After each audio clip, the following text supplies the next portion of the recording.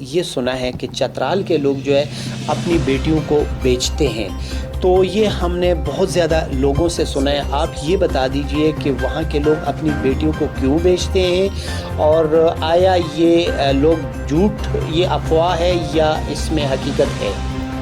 یہ فرحات بھائی بہت اچھا سوال کیا ہے جی، جیسے کہ ہر علاقے کا اپنا ایک قانون، ایک طریقہ کار ہوتا ہے، ایک دستور ہوتا ہے، تو ایک ثقافت ہوتی ہے۔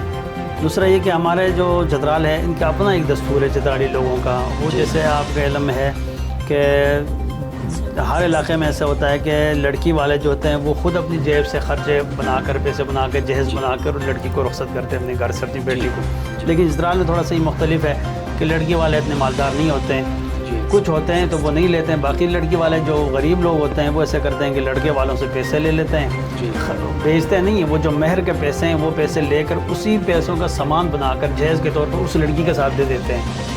تو لوگوں نے اس کو، یہ چترال کے اندر ایسا ہوتا ہے، جب باہر سے لوگوں کے وہاں رشتے ہونے لگے تو ان لوگوں کو، جب چترال کے لوگوں نے یہ کہا کہ بھائی ہم جو غریب فیملی میں رشتہ ہوا تو انہوں نے یہ ڈیمانڈ کی کہ بھائی اتنے پیسے دو گے تو اس کے ساتھ سامان بنا کے دے دیں گے، تو انہوں نے شاید یہ سمجھا کہ یہ بیچ رہے ہیں، حالانکہ ایسی کوئی بات نہیں ہے، یہ سارا جھوٹ ہے۔ اچھا مولانا صاحب، السلام علیکم، آپ دیکھ رہے ہیں ایف کے میڈیا پروڈکشن اور میں ہوں آپ کا ہوسٹ فرحات خان۔ ناظرین، اس وقت میں لاہور میں موجود ہوں اور اس وقت میرے بہت ہی اچھے دوست مولانا محمود الحسن کٹانہ فرم گجر برادری یوتھ کے یہ چیف آرگنائزر بھی ہیں، پورے چترال کے لیے یہ بہت سارے کام کرتے ہیں، اور یہاں چونکہ زیادہ تر لاہور میں بھی ہوتے ہیں اور چترال میں بھی ہوتے ہیں، تو ہم نے یہ بہتر سمجھا کہ کیوں نہ چترال کے تاریخ و ثقافت کے حوالے سے، چترال کی خوبصورتی کے حوالے سے، چترال کے ترقیاتی کاموں کے حوالے سے، اور اسپیشلی کیلاش جو بمبوریت ایک علاقہ ہے پورے ورلڈ میں جو ہے بہت زیادہ فیمس ہے، اس حوالے سے ان سے تھوڑی سی بریفنگ لیں اور وہ آپ تک پیش کریں۔ السلام علیکم محمود الحسن بھائی۔ وعلیکم السلام ورحمۃ اللہ وبرکاتہ۔ آپ کیسے ہیں؟ الحمدللہ جی، اللہ کا کرم۔ اچھا آپ یہ بتائیں، آپ کا چترال جو ہے اتنا خوبصورت علاقہ ہے، آپ اپنے خوبصورت علاقے کو چھوڑ کر آپ لاہور میں بیٹھے ہیں؟ بس یہ تو اللہ کی طرف سے ایسے انسان کی قسمت میں لکھا جاتا ہے، جہاں لکھا ہوتا ہے تو وہاں اس نے آباد ہونا ہوتا ہے، چونکہ ہمارا بہت 15-20 سال سے ہم نے لاہور میں ہی رہ رہے ہیں، اس وجہ سے لاہور میں ہی ہیں۔ اچھا ایک تو یہ بتائیں کہ چونکہ آپ بیسیکلی جو چترال سے آپ کا تعلق ہے، تو آپ کی پیدائش بھی چترال سے ہے؟ ہاں جی، ہماری پیدائش چترال کی۔ اچھا یہ بتائیں، جو آپ کی گجر برادری فورم ہے جس کے آپ چیف آرگنائزر ہیں، تو آپ چترال کے لیے کیا خدمات سر انجام دیتے ہیں؟ ہم الحمدللہ ہمارے گجر جو قوم ہے چترال میں، وہ بہت ایک تعداد میں تو کم ہے، 30% ہے تقریباً چترال کے اندر جی، لیکن بہت پرامن لوگ اور اپنے کام سے کام رکھنے والے لوگ ہیں الحمدللہ، اور کوشش کرتے ہیں کہ اپنے پاؤں پہ کھڑے ہو جائیں، اپنے کاروبار ہو، اپنے جو ہے تعلیم، بچوں کو تعلیم دلانے کے لیے، ان ساری چیزوں کی طرف ہم انشاءاللہ لے کے جا رہے ہیں۔ برادری کو مزید ترقی کی طرف ہم کوشش میں لگے ہوئے ہیں تاکہ ہمارے بچے تعلیم حاصل کریں اور جو ہے معاشی اعتبار سے جو ہماری قوم ہے ترقی کر سکیں۔ اچھا یہ بتائیں کہ ماشاءاللہ چترال، چونکہ میں نے خود بھی وزٹ کیا ہے، میں چترال بھی گیا ہوں، شندور فیسٹیول کے لیے بھی میں 2 ٹائم گیا ہوں، مجھے بہت اچھا لگا چترال، چونکہ ابھی یہاں پہ جون جولائی چل رہا ہے، بہت سخت گرمی ہے، لیکن وہاں جو موسم ہوتا ہے وہ بالکل نارمل ہوتا ہے، تو آپ بڑے خوش نصیب ہیں کہ آپ کا تعلق اس علاقے سے ہے۔ یہ بتائیں کہ چترال جو ہے اتنی گورنمنٹس آئی، ہم نے بہت سارے وعدے بھی سنے کہ چترال میں جو ہے ترقیاتی کام بہت زیادہ زور و شور سے جاری ہے، لیکن جب وہاں پر دیکھا جاتا ہے اور جب بندہ وہاں پہ وزٹ کرتا ہے تو وہ ترقی نظر کیوں نہیں آتی؟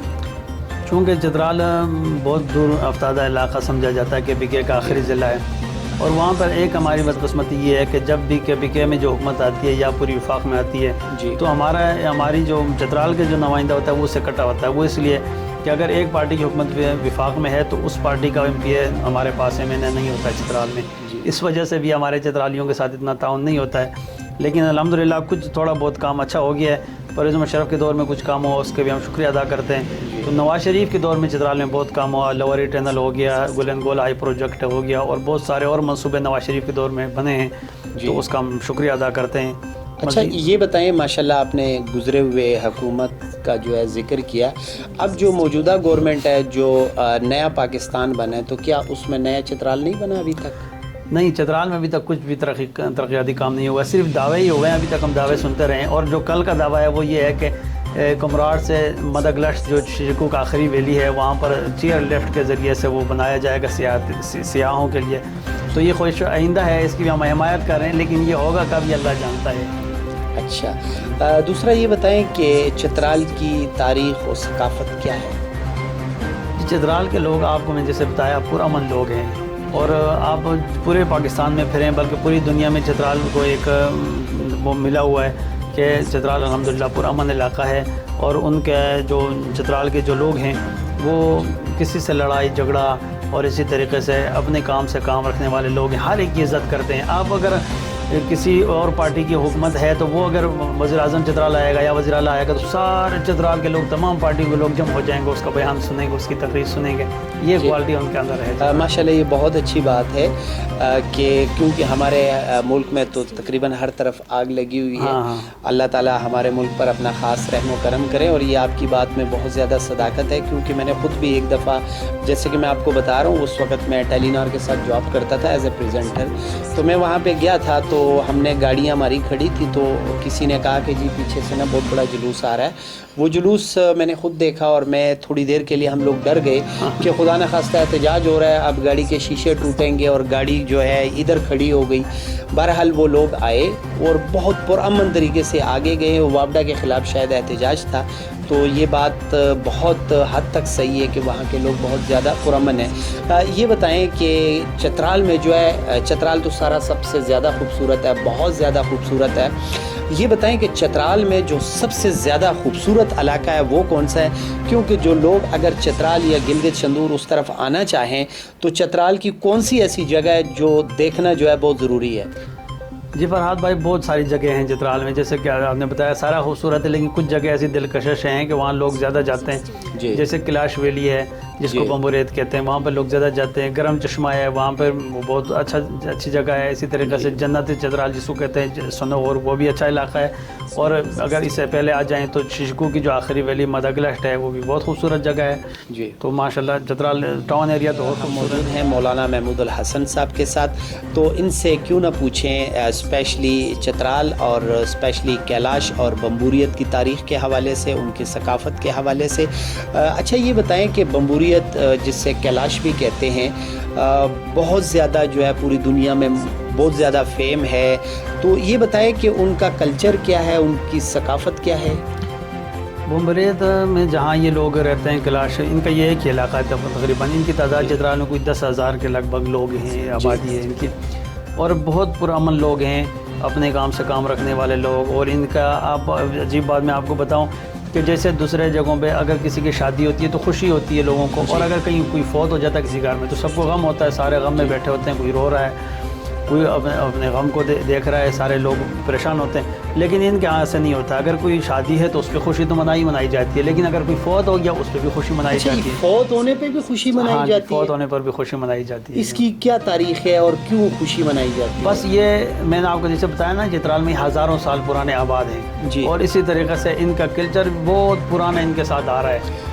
جی اچھا, میں اس کا ریزن پوچھنا چاہ رہا ہوں. ظاہر ہے کوئی نہ کوئی اسپیسیفک کوئی ریزن ہوگا, کوئی دلائل ہوں گے اس کے, کہ جب بچہ کوئی پیدا ہوتا ہے, بچہ یا بچی کوئی پیدا ہوتی ہے تو اس پہ تو ہمارے عموماً پوری دنیا لوگ خوشی مناتے ہیں گھروں میں, لیکن آپ نے کہا کہ کوئی فوت ہوتا ہے تو تب بھی خوشی مناتے ہیں, تو اس کے پیچھے ریزن کیا ہے, کیوں خوشی مناتے ہیں؟ وہ کہتے ہیں کہ جب اگر کوئی پیدا ہو رہا ہے تو خوشی منانی چاہیے, اور جب کوئی جا رہا ہے تب بھی خوشی منانی چاہیے. مطلب خوشی سے اس کو رخصت کرنا چاہیے.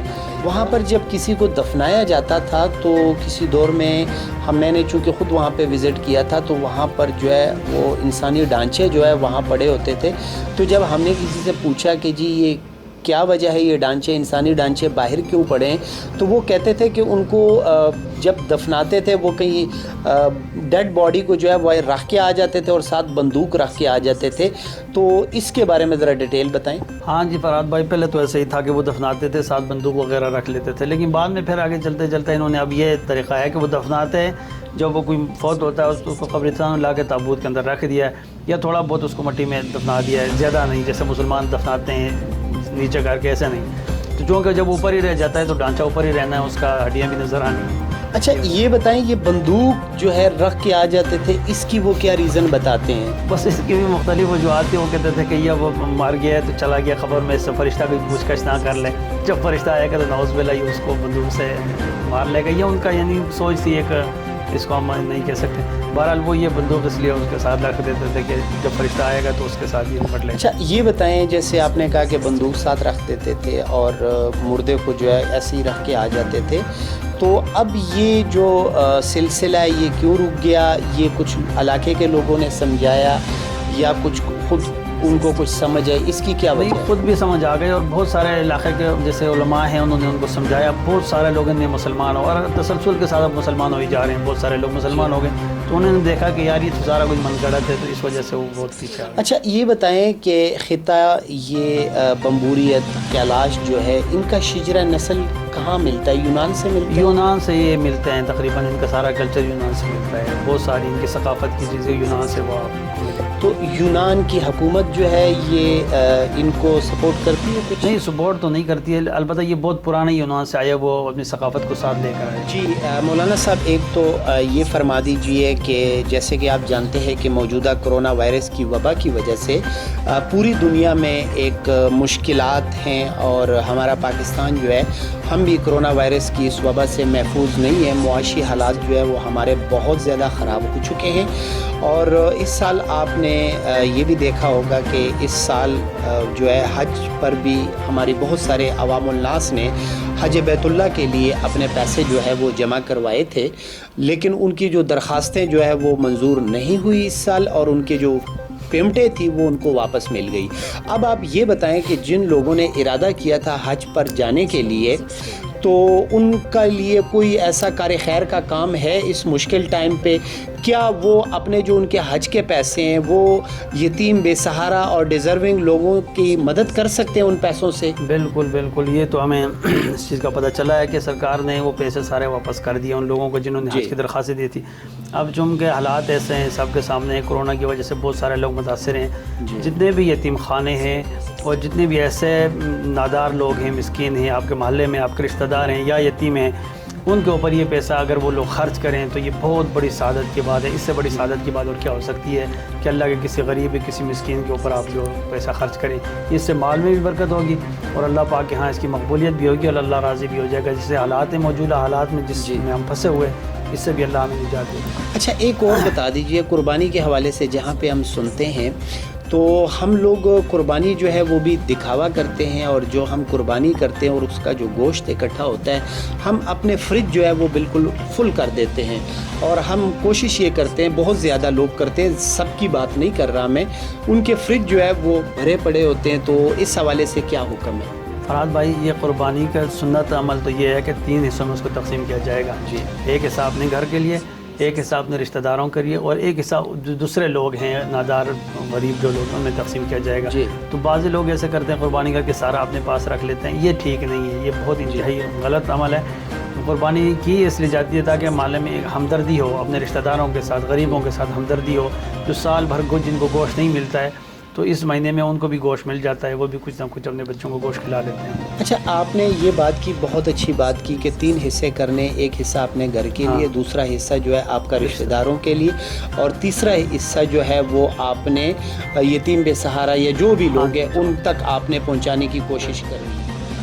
جی ناظرین, ہم ایک مرتبہ پھر شکریہ ادا کرتے ہیں مولانا محمود الحسن صاحب کا کہ آپ نے اپنی بے پناہ مصروفیات کے باوجود ہمیں اپنے قیمتی ٹائم سے آپ نے ٹائم دیا, کیونکہ یہاں پر آپ ماشاءاللہ ایک مسجد ہے وہاں پہ آپ امامت بھی کرواتے ہیں اور بچوں کو جو ہے دینی تعلیم بھی دیتے ہیں اور دین و دنیا کی تعلیم سے بچوں کو روشناس کرواتے ہیں. تو آپ کی بے پناہ مصروفیات ہے اور اس کے باوجود آپ نے ہمیں ٹائم دیا, بہت شکریہ. فرحات بھائی آپ کا بھی بہت شکریہ کہ آپ نے آپ کا جو FK میڈیا پروڈکشن چینل ہے اس پہ آپ نے ہمیں ٹائم دیا اور ہم اپنی بات آگے پہنچا سکیں. تو میں سب ناظرین سے, سب دیکھنے والوں سے گزارش کروں گا کہ FK میڈیا پروڈکشن جو فرحات بھائی کا چینل ہے اس کو جو ہے سبسکرائب کریں اور اس کے پیج کو لائک کریں. بہت اچھے کام کر رہے ہیں. اپنا کام تو گارمنٹس کا ہے لیکن وہ اپنے جیب سے بھی پیسہ لگا کر اور لوگوں سے بھی بات کر کے یتیم جو بے سہارا بچے ہیں ان کی مدد کر رہے ہیں, ان کو کپڑے دے رہے ہیں عید کے موقع پہ, تو ان کی خوشی میں بھی یہ شریک ہو رہے ہیں. سب دوستوں سے میں گزارش کروں گا کہ ان کے جیسے یہ جو کام لے کے چلے ہیں اس کے ساتھ ہم بھی تعاون کریں تاکہ وہ جو یتیم بے سہارا بچے ہیں ان کی خوشی میں ہم بھی شامل ہو سکیں اور وہ بھی خوشی منا سکیں. بہت شکریہ جی آپ کا. آپ نے بہت بڑی بات کی. ناظرین میں اس بات کو تھوڑا سا آگے بڑھاتا ہوں کہ جب کوئی بھی ہمارا اسلامی تہوار آتا ہے, ہمارے کوئی بھی اہم دن ہوتا ہے, تو ہم اپنے بچوں کو تو یاد رکھتے ہیں. ہم اپنے بچوں کے لیے, اپنی اولاد کے لیے طرح طرح کی خوشیاں تلاش کرتے ہیں. ہم ان کے لیے کپڑوں کے 2-2 3-3 سوٹ بنواتے ہیں, اور ہم یہ بھول جاتے ہیں کہ ہمارے ہمسائے میں جو ہے بہت سارے ایسے لوگ ہیں جو بہت زیادہ ڈیزرونگ ہے, اور ہماری توجہ جو ہے ان لوگوں کو بھی چاہیے. تو اگر ہم اپنے بچوں کے ساتھ, اپنی اولاد کے ساتھ ساتھ دوسرے ان ڈیزرونگ اور وہ مستحق لوگوں کی طرف بھی تھوڑی سی توجہ دیں, تو اللہ تعالیٰ ہمارے مال میں جو ہے وہ یقیناً برکت بھی ہوگی, ہمارے مال میں اضافہ بھی ہوگا. اور جیسے کہ آپ جانتے ہیں کہ کرونا کے اس ماحول میں بہت زیادہ لوگ جو ہے بہت زیادہ ڈیزرونگ ہو گئے ہیں, جو اسپیشلی ڈیلی ویجز لوگ تھے اور چھوٹے کاروباری حضرات تھے, تو ان کے کاروبار کو جو ہے بہت زیادہ جو ہے وہ نقصان پہنچا ہے.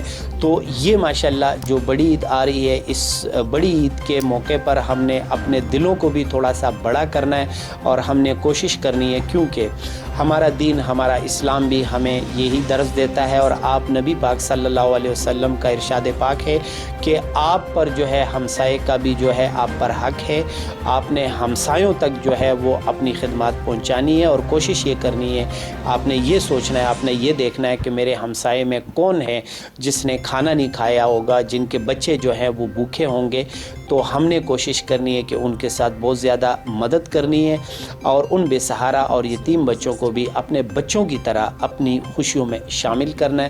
آپ نے ہمارا یہ پروگرام دیکھا, اور ہم امید کرتے ہیں کہ ہمارے اس پروگرام سے ہمیں کچھ سبق ضرور حاصل ہوا ہوگا. تو ناظرین اپنی دعاؤں میں یاد رکھیے مجھے اور ہمارے گیسٹ مولانا محمود الحسن صاحب کا بھی ان کو اپنی دعاؤں میں یاد رکھیں. فرحات خان کو اجازت دیجیے. اللہ حافظ. اللہ نگہبان.